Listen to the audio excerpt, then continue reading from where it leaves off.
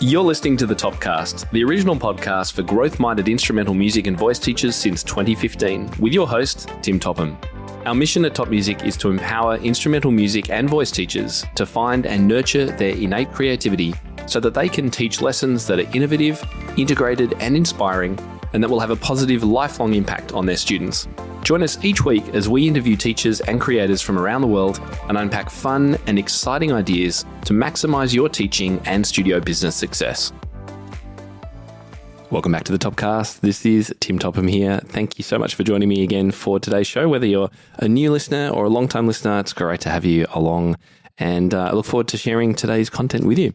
Now, this month at Top Music is all about the future of music education. In today's episode, I want to look back to something that I released a few years ago that is just as relevant today as it was then and will be in the future. And it's my open letter to parents of piano students. Now, I put this document together for teachers to share with their parents, their piano parents, because of the changing nature of lessons. And what we kind of find is that if parents of piano students were brought up in a fairly traditional way with exams and competitions and learning to read and performing and all of those kinds of things, and then you come along and go, actually, there's other ways we can do this. There's better ways we can do this. We can be more creative. We can be more fun.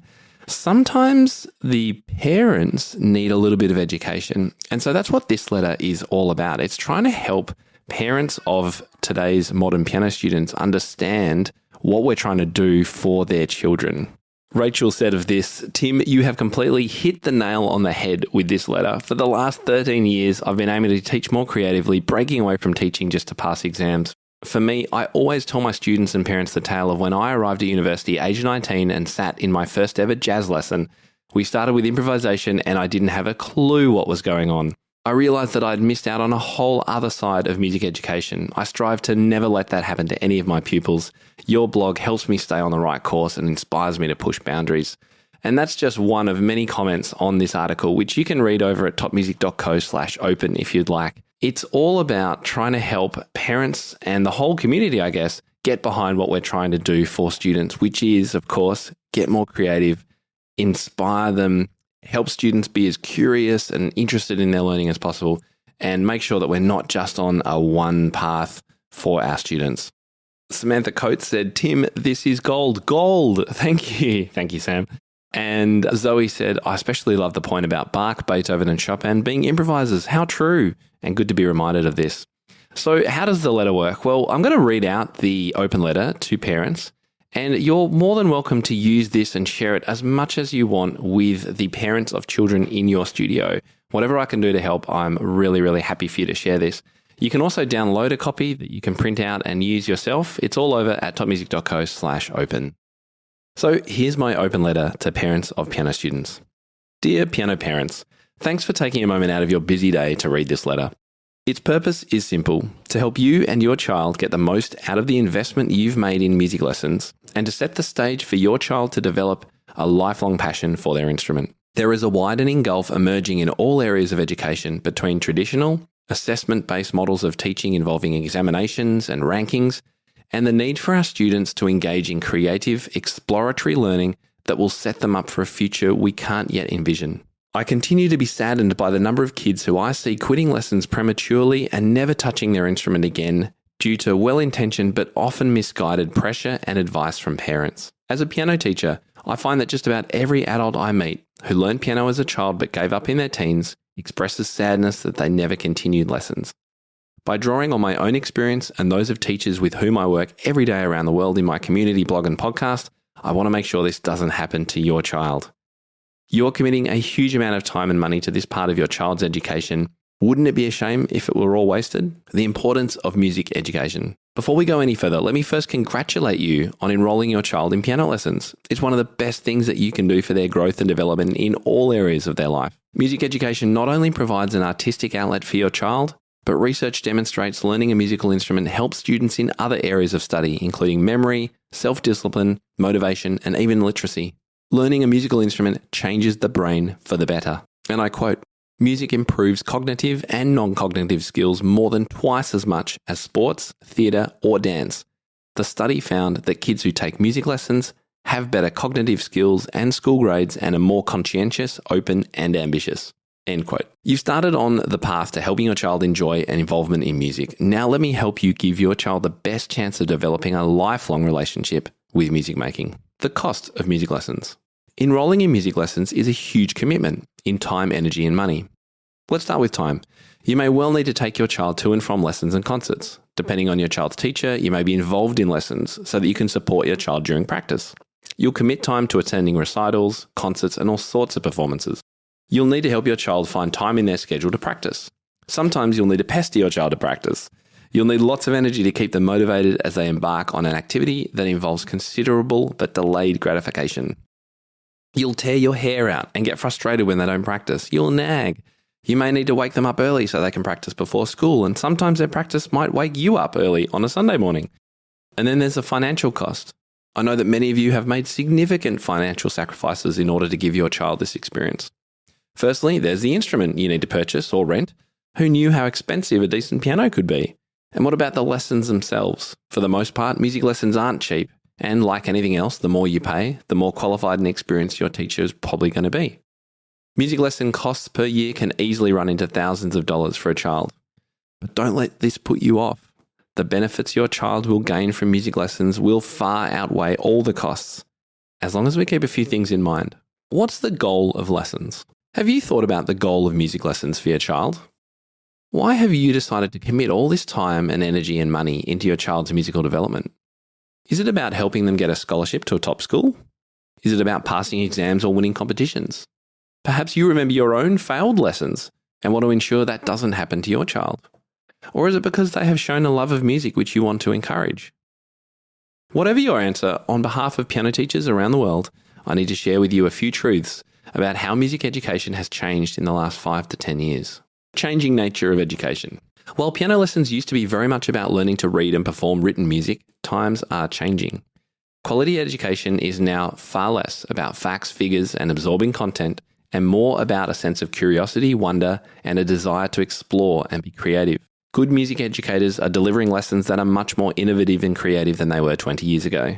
These educators are teaching their students to explore popular music and read chord charts, play by ear with groups or backing tracks, to sing pop songs, to compose and improvise, to use technology and play jazz.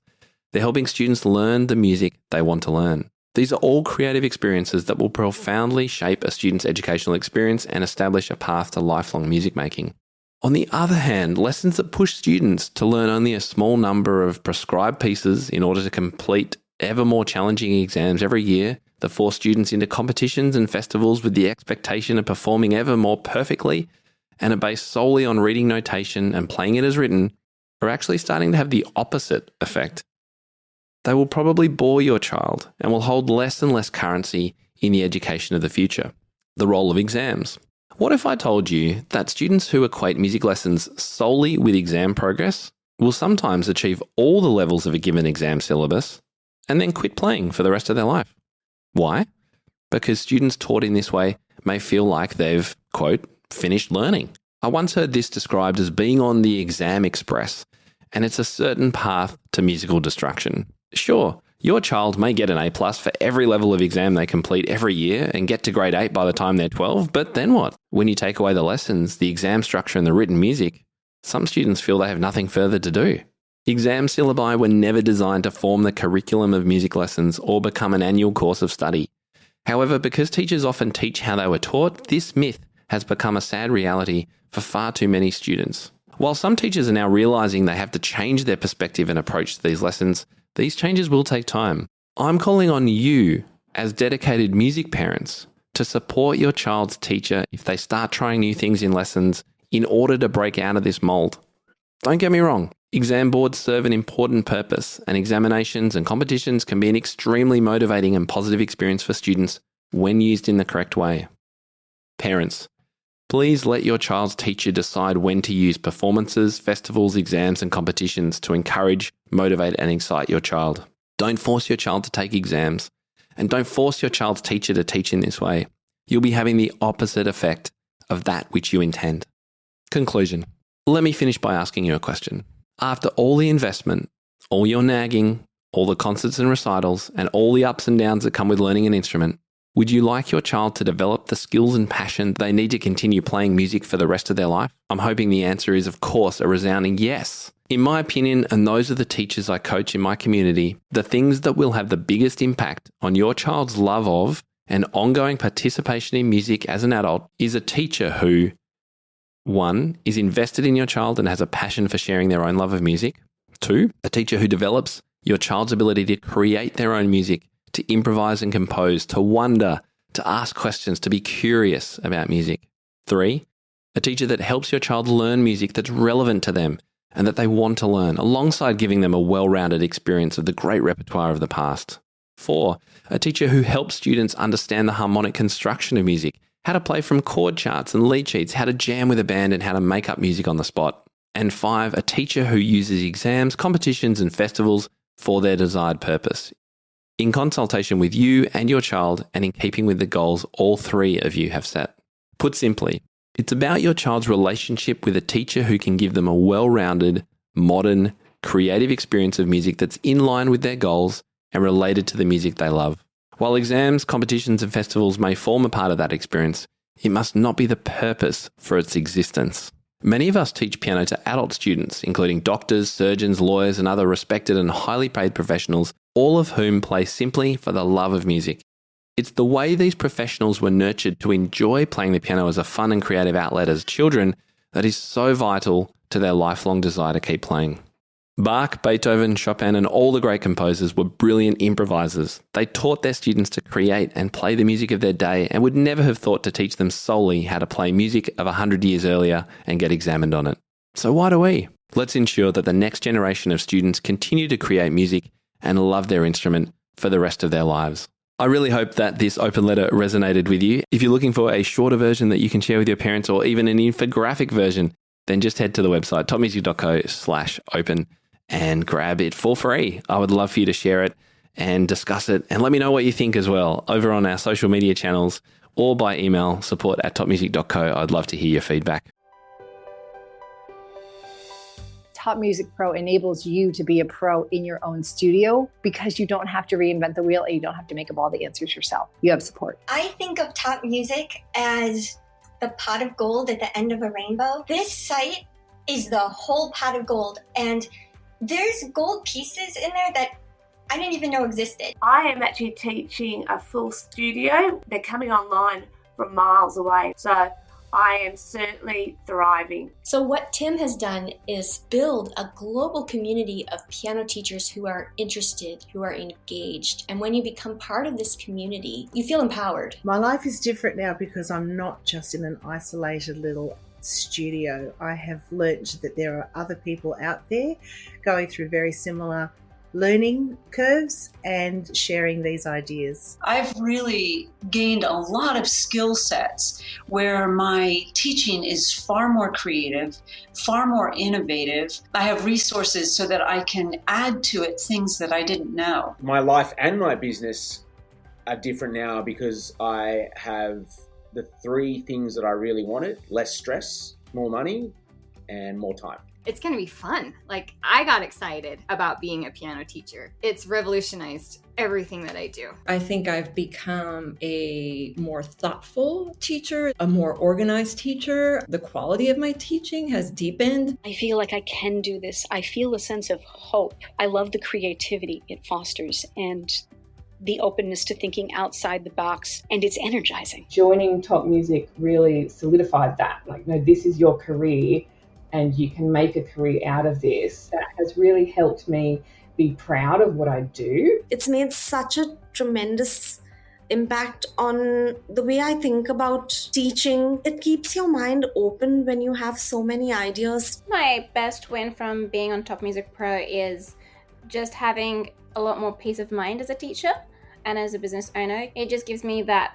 less amount of hours that I have to do with research and everything. It's a really good place to spend a few pounds, a few bucks a month. What you get from it far outweighs what you have to pay into it. My biggest win with Top Music Pro was increased student retention and increased income. I have a lot more confidence in how I'm teaching, and I have the resources that I need when I do have questions.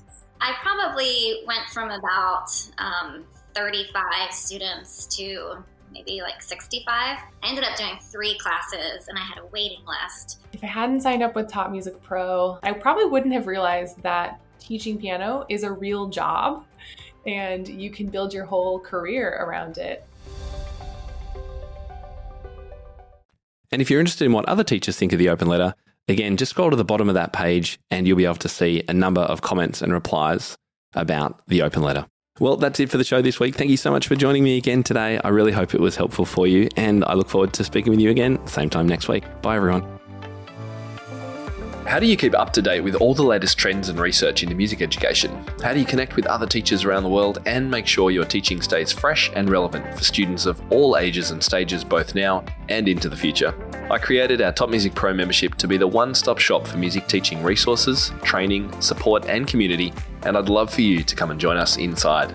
With over 40 comprehensive training courses, hundreds of teaching demonstrations and lesson plans, free monthly sheet music, discounts and all the business and pedagogy support you could ever need, Top Music Pro is the community you've been looking for.